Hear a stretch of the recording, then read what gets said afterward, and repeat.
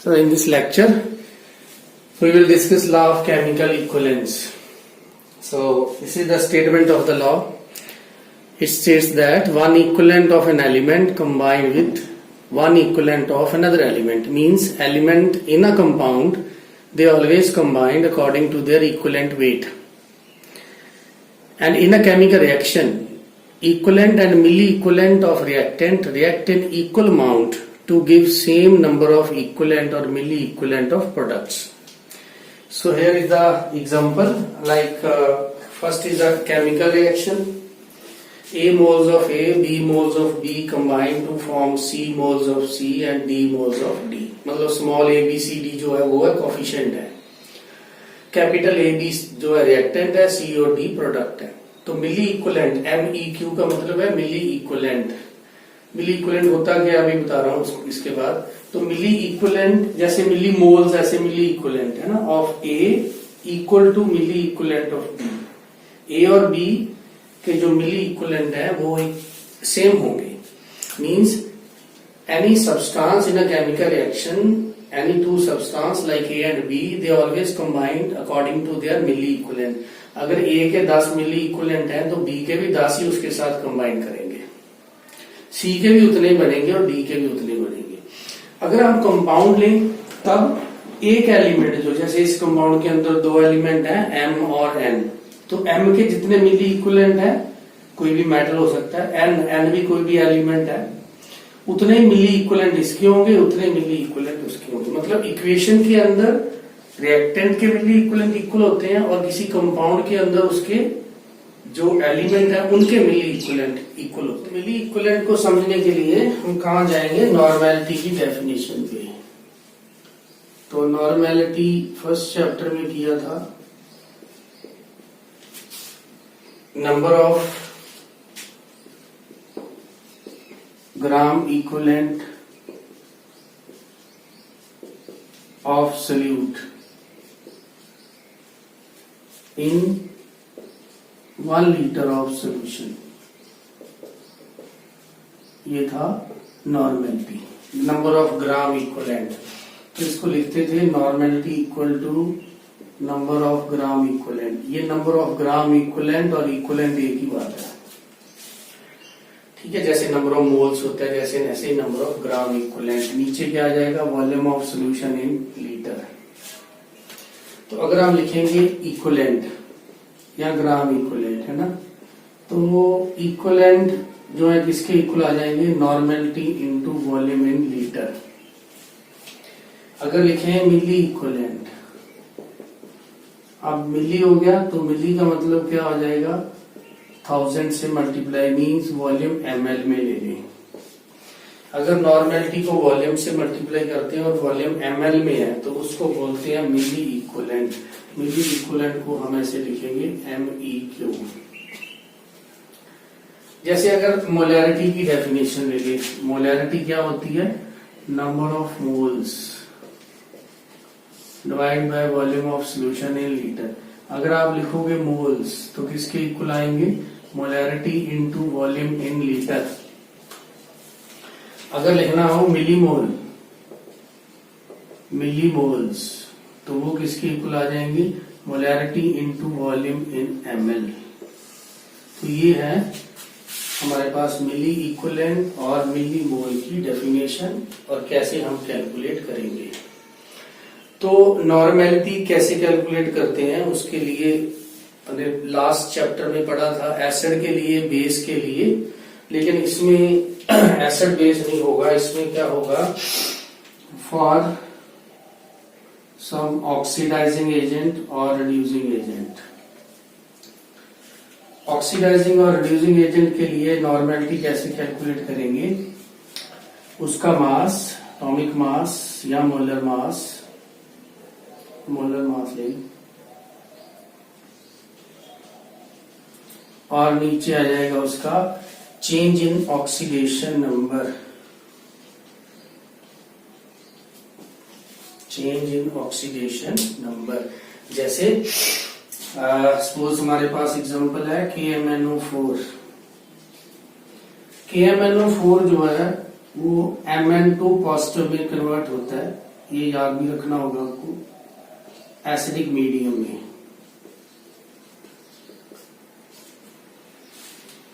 और MnO2 में change होता है बेसिक मीडियम में। तो इसका मतलब इसका इक्विवेलेंट मास जो है वो एसिड और बेसिक मीडियम में अलग अलग होगा। अब इसमें Mn का ऑक्सीडेशन नंबर है 7 और 7 से 2 चला गया। तो अगर एसिडिक मीडियम में हम नॉर्मेलिटी निकालेंगे, sorry equivalent weight, this is equivalent weight, तो इक्विवेलेंट वेट जो है वो निकालेंगे तो वो क्या आ जाएगा, इसका जो मास है मोलर मास, इसका मोलर मास 158 होता है, डिवाइड कर देंगे उसको, चेंज इन ऑक्सीडेशन नंबर कितना हो रहा है +7 से +2, तो 5 की चेंज आ रही है, तो 5 से उसको डिवाइड कर देंगे 31.6 आ जाएगा। तो this is the equivalent mass of potassium पर मैंगनीज इन एसिडिक मीडियम। तो कैसे निकाला equivalent mass, molar mass divide by change in oxidation number. तो फर्स्ट चैप्टर में हम इक्विवेलेंट मास निकालते थे एसिड का, कैसे, molar mass divide by basicity, या निकालते थे बेस का, वो कैसे, molar mass divide by acidity. अब इसमें वो नहीं यूज होने, इसमें वो भी आएगा कल कहीं कभी कभी बीच में, लेकिन ऑक्सीडेशन नंबर वाला ज्यादा यूज होगा। इसीलिए फर्स्ट चैप्टर के बाद सीधा रिडॉक्स करते हैं हम, ताकि ये कंसेप्ट अच्छे से क्लियर हो जाए। अब बेसिक मीडियम में अगर इक्विवेलेंट मास निकालना है, इक्विवेलेंट वेट, तो ये 150 तो ऊपर आएगा ही आएगा। अब चेंज इन ऑक्सीडेशन नंबर कितना है, +7 से हो गया +4, तो चेंज इन ऑक्सीडेशन नंबर अब कितना आ गया 3, तो 158/3 ये आ गया इक्विवेलेंट मास ऑफ पोटेशियम पर मैंगनीज इन बेसिक मीडियम। तो ऐसे हम इक्विवेलेंट मास जो है वो निकालेंगे। तो अब इससे रिलेटेड कुछ problem is, find the number of moles of KMnO4 needed to oxidise 1 mole of Cu2S in acidic medium. The reaction is, reaction दी हुई थी KMnO4 + CuS, Mn2 positive, Cu2 positive and SO2। इसको balance कर लिया मैंने oxidation number method से। Balance कैसे किया आप देखें, पहले तो ऑक्सीडेशन नंबर लिख लिया सबका, +7 +1 -2 +2 +2 एंड +4। फिर ये हो गया इसका डिक्रीज इन ऑक्सीडेशन नंबर 5, +7 से +2। इंक्रीज 2 एलिमेंट का हो रहा है, कॉपर का हो रहा है +1 से +2, 2 लगा के ये इंक्रीज हो गया 2, और सल्फर का हो रहा है -2 से +4, ये हो गया 6। टोटल इंक्रीज जो है वो हो रही है हमारी 6 + 2 8। टोटल डिक्रीज है जो वो हो रही है 5। तो 5 को 8 से मल्टीप्लाई कर दिया और उस 8 को 5 से मल्टीप्लाई कर दिया, तो ये 6 + 2 8 को 5 से, तो 5 इसके आगे आ गया, और इस 5 को 8 से मल्टीप्लाई किया तो 8 इसके आगे आ गया। तो ये कोफिशिएंट बन गए हमारे 5 और 8। अब इसके अगर 5 मोल हैं तो इसके 8 मोल हैं। तो उसने पूछा है कि इसके कितने मोल चाहिए 1 मोल को ऑक्सीडाइज करने के लिए। तो अगर इन दोनों में देखें तो इसका ऑक्सीडेशन नंबर जो कम हो रहा है, इसका मतलब है इसकी रिडक्शन हो रही है, तो ये क्या हो गया ऑक्सीडाइजिंग एजेंट। इसका ऑक्सीडेशन नंबर बढ़ रहा है तो ये इसकी ऑक्सीडेशन हो रही है, तो ये हो गया रिड्यूसिंग एजेंट। तो KMnO4 ऑक्सीडाइज कर रहा है Cu2S को, तो उसने पूछा है कि how many moles of KMnO4 needed to oxidise 1 mole of. तो अगर इसके 5 मोल है तो इसके 8 चाहिए। अगर इसका 1 मोल हमें ऑक्सीडाइज करना है तो KMnO4 के हमें कितने मोल्स चाहिए, 8/5 मोल्स। अब यही प्रॉब्लम को हम मिली इक्विवेलेंट के साथ भी सॉल्व कर सकते हैं। वो कैसे, हमने मिली इक्विवेलेंट लॉ में पढ़ा है कि ये जो 2 रिएक्टेंट हैं they combined according to their milliequivalent, means their milliequivalent will be same. So milliequivalent of KMnO4, milliequivalent of CuS। तो मिली इक्विवेलेंट होता है moles into volume into n factor. n factor मतलब जैसे उसकी जितना भी change in oxidation number, क्योंकि हमें नॉर्मेलिटी लेना है। मोल्स मिली इक्विवेलेंट का मतलब होता है नॉर्मेलिटी, लेकिन हम मोल्स लिखेंगे तो उसको 5 से उसका जो है फैक्टर है, मतलब जितना ऑक्सीडेशन नंबर चेंज हुआ उससे मल्टीप्लाई करेंगे। KMnO4 के लिए n फैक्टर हो गया 5। तो नॉर्मेलिटी और मोलैरिटी का रिलेशन क्या होता है, normality equal to n into molarity. तो अगर हमें नॉर्मेलिटी चाहिए तो n को मोलैरिटी से, मोलैरिटी का मतलब मोल्स हो गया इन एनी वॉल्यूम, और n जो है इसका फैक्टर हो गया जितना भी है, तो इसलिए मोल्स इंटू 5 इंटू वी लिखा है, वी इज वॉल्यूम। दूसरी साइड पे भी ऐसी, उसका 1 मोल दे रखा है, तो 1 मोल हमें नॉर्मल चाहिए, नॉर्मेलिटी, तो इसीलिए उसको 8 से मल्टीप्लाई कर दिया, उसका n फैक्टर 8 है, इंटू वी, वी से वी कट गया, तो ऐसे भी हम मोल्स निकालेंगे KMnO4 के, वो भी आ जाएंगे 8/5। तो ऐसे हम न्यूमेरिकल को जो है वो सॉल्व करते हैं। Second question is the number of moles of oxalate ion oxidized by 1 mole of MnO4 negative in acidic medium. So there are 4 options: A 5/2, B 2/5, C 3/5 और D 5/3। तो पहले क्या करेंगे, रिएक्शन लिखेंगे। MnO4 negative ion oxalate, oxalate ion कहां से आएगा, oxalic acid, और ऑक्सैलिक एसिड क्या होता है, COOH, COOH, H हटा दो 2 नेगेटिव आ जाएगा, तो ये बन जाएगा C2O4 2 नेगेटिव। तो एसिडिक मीडियम में KMnO4 का MnO2 बनता है और इसकी कार्बन डाइऑक्साइड। अब ऑक्सीडेशन नंबर लिखेंगे, तो इसका +7, यहाँ पे प्लस हो जाएगा 3, इसका +2 और इसका +4। Change in oxidation number, oxidation number decrease by 5। C2 एक जगह पे C है, दूसरी जगह पे 2, तो 2 लगा दिया, तो ऑक्सीडेशन नंबर इंक्रीज बाय 2। तो इसको 2 को मल्टीप्लाई 5 से और 5 को मल्टीप्लाई 2 से, तो इसको 5 से मल्टीप्लाई 5 यहाँ, इसको 2 से मल्टीप्लाई तो 2 यहाँ। तो हो गया solve. How many moles of oxalate ion, इसके कितने मोल्स हैं, 2 मोल्स, कितने मोल के साथ कंबाइन कर रहा है, 5 मोल्स के साथ। तो how many moles of oxalate ion oxidised by 1 mole, अगर इसका 1 मोल हो तो आंसर क्या आ जाएगा आपका 5/2 मोल्स। सो 5/2 मोल्स आंसर हो गया, that is the option A.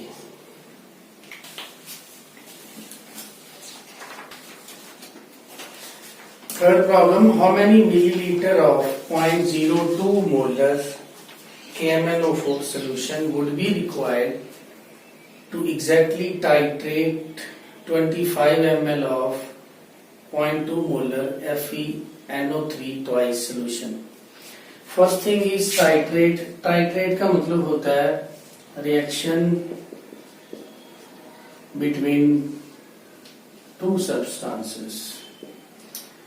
जैसे इसमें क्या है कि एक ब्यूरेट होती है, ब्यूरेट प्रैक्टिकल पार्ट है ऐसे करके, और इतना कुछ मुश्किल समझने की जरूरत भी नहीं है, वैसे ही पता चल जाएगा। ब्यूरेट लंबी सी पाइप है 50 ml की, इसके ऊपर 1 2 3 4 लिखा है।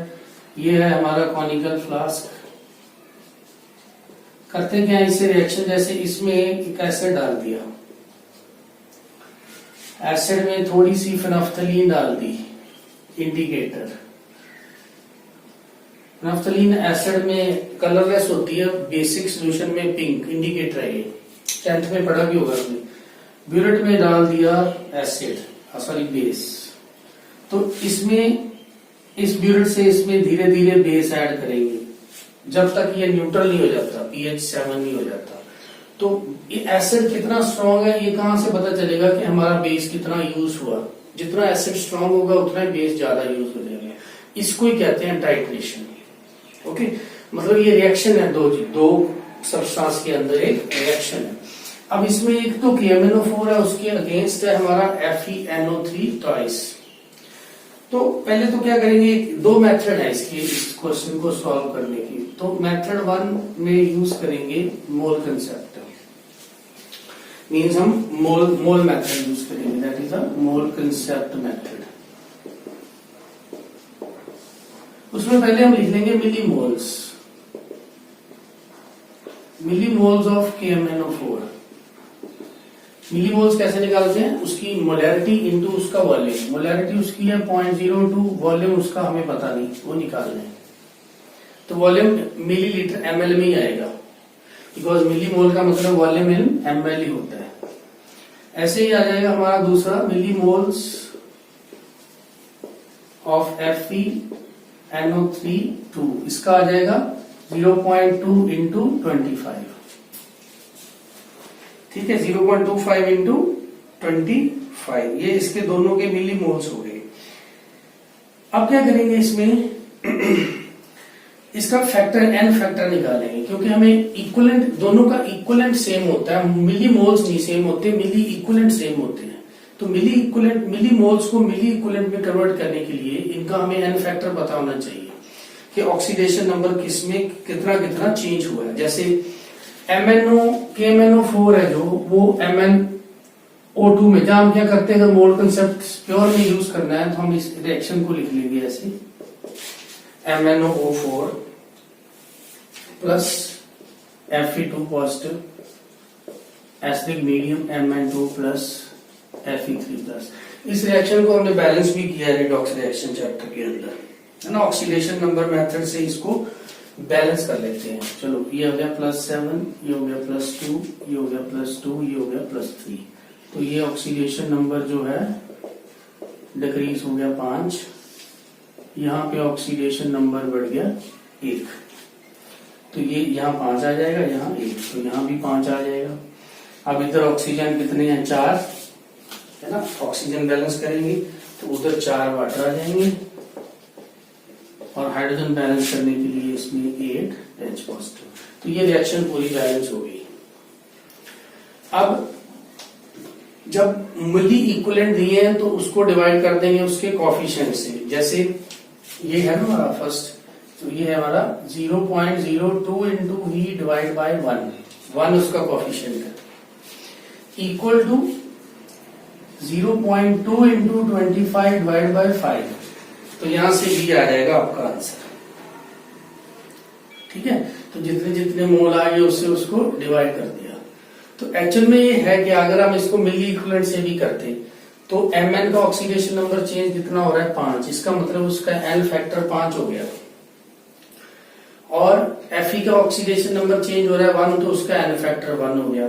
तो ऐसे भी उससे भी हम मल्टीप्लाई कर सकते हैं इसको, तो भी हमारा जो है ये सॉल्व हो जाएगा। जैसे ये बन जाता 0.02 इंटू V इंटू 5, और Fe का क्या बन जाता, ये बन जाता 0.2 इंटू 25 इंटू 1, तो यहां से भी अगर V निकालोगे तो ये 0.2 इंटू 25 बाय 0.02 इंटू 5 ही आएगा, और यहां से भी V यही आएगा, ये नीचे चला गया, तो V किसके इक्वल आ गया, 0.2 into 25 divide by 0.02 into 5। Same वो जो मेथड है, ये मेथड हमारा सेकंड मेथड है,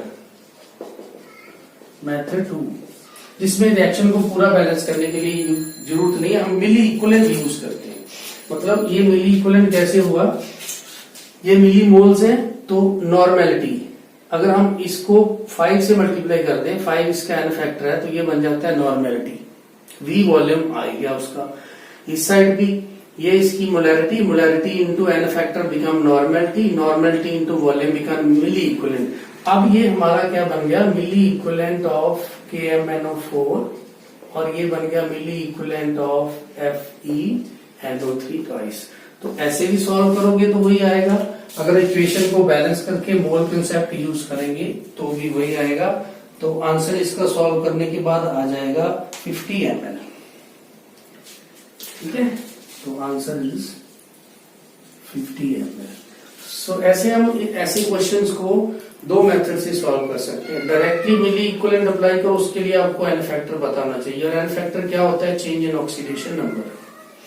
सीधा हमें पता है MnO4 नेगेटिव जो है वो एसिडिक मीडियम में किसमें चेंज होता है, Mn2 में, तो n फैक्टर 5 आ गया। Fe2 Fe3 में जाएगा तो n फैक्टर 1 आ गया, बस यही सीधा लगा दो। नहीं अगर तो फिर इसको बैलेंस कर लिया, तो जितने इसके मिली मोल्स हैं उसको उसके कोफिशिएंट से डिवाइड कर दो, जितने इसके मिली मोल्स हैं इसको उतने उसके कोफिशिएंट से डिवाइड कर दो, यहां से भी निकल आएगा, ठीक है। तो fourth problem 0.52 gram of dibasic acid required 100 ml of 0.2 normal NaOH for complete neutralization। Complete neutralisation का मतलब जो एसिड है और बेस है उनके जो मिली इक्विवेलेंट है वो दोनों क्या हो गए, सेम। तो milliequivalent acid, milliequivalent of NaOH। तो एसिड के मिली इक्विवेलेंट कैसे आएंगे, उसका मास दिया है, divide by equivalent mass into 1000। ये क्या हो गया उसका मिली इक्विवेलेंट, नॉर्मेलिटी की डेफिनेशन के हिसाब से, ठीक है।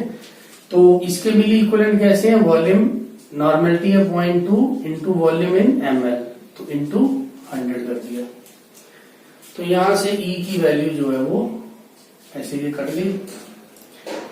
0.52 को 10 से मल्टीप्लाई किया, ये 5.2 हो गया, और उसको 0.2 से मल्टीप्लाई करेंगे तो ये 26 आ जाएगा equivalent mass.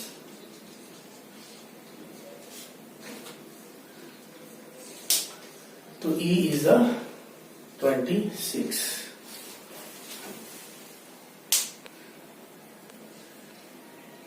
Fifth problem, 0.1097 gram sample of arsenious oxide, As is the symbol of arsenic, required 36.1 ml of KMnO4 solution for its titration.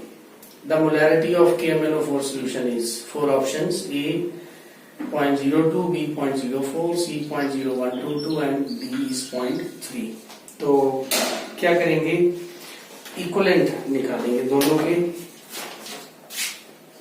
Milli equivalent of AS2O3, milliequivalent of KMnO4।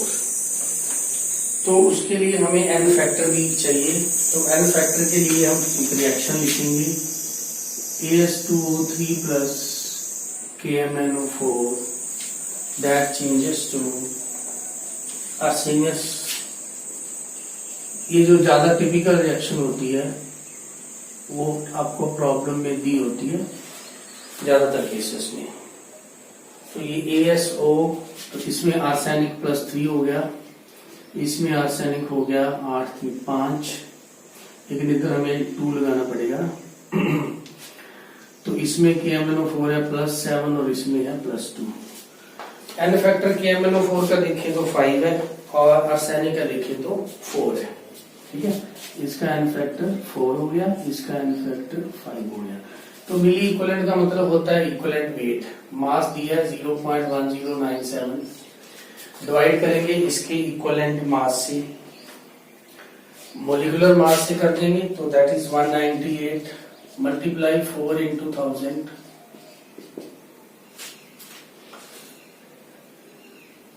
उसके बाद दूसरी side है KMnO4। KMnO4 का volume दिया हुआ है 36.1 ml, और साथ में हमें मोलैरिटी चाहिए, और मोलैरिटी हमें कैलकुलेट करनी है, तो into m into n factor. Okay, so this is normality for arsenic oxide. इसका मास दिया है, उसके मोलर मास से डिवाइड कर दिया, इंटू 4 उसको n फैक्टर, ये इसके मोल्स बन जाएंगे। n फैक्टर से करोगे तो नॉर्मेलिटी हो जाएगी इंटू 1000। दूसरी ओर सीधा उसका वॉल्यूम है, मोलैरिटी निकालनी है इंटू n फैक्टर। तो यहां से m जो है वो आप कैलकुलेट कर लोगे, तो m जो है ये आ जाएगी 0.0122, मतलब ऑप्शन सी जो है दैट इज द आंसर।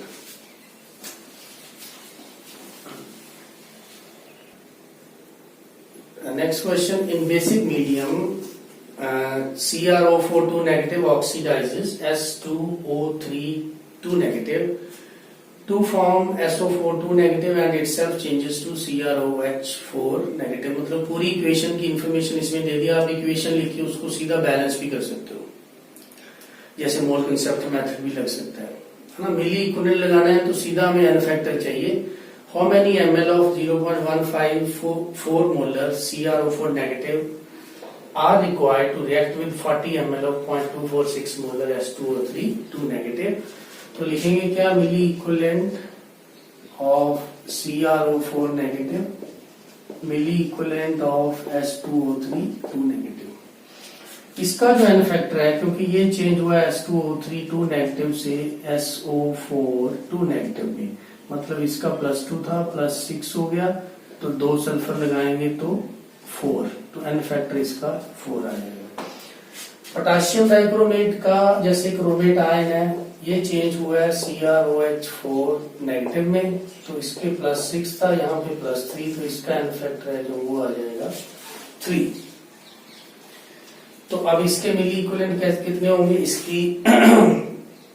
इसके मिली इक्विवेलेंट आ जाएंगे हमारे पास, वॉल्यूम इसका हमें निकालना है, तो V इंटू मोलैरिटी इसकी दे रखी है 0.154, एन फैक्टर हमने कैलकुलेट कर लिया 3। दूसरे का वॉल्यूम है 40 ml, ये दिया, मोलैरिटी है 0.246 और एन फैक्टर इसका ये है 4 + 4 इंटू 2 8 हो जाएगा, क्योंकि 2 सल्फर है दोनों साइड, तो 8। तो बस यहां से आपका वॉल्यूम है जो वो आ जाएगा 170.4 ml। तो ऐसे हम मिली इक्विवेलेंट का जो कंसेप्ट है वो अप्लाई करते हैं एन फैक्टर निकाल के। इन एन फैक्टर निकालते समय ध्यान रखना है कि अगर एन फैक्टर ही गलत हो गया तो फिर प्रॉब्लम जो है वो गलत हो जाएगी। The next problem is number of moles of MnO4 negative that will be required to react with 2 mole of ferrous oxalate is.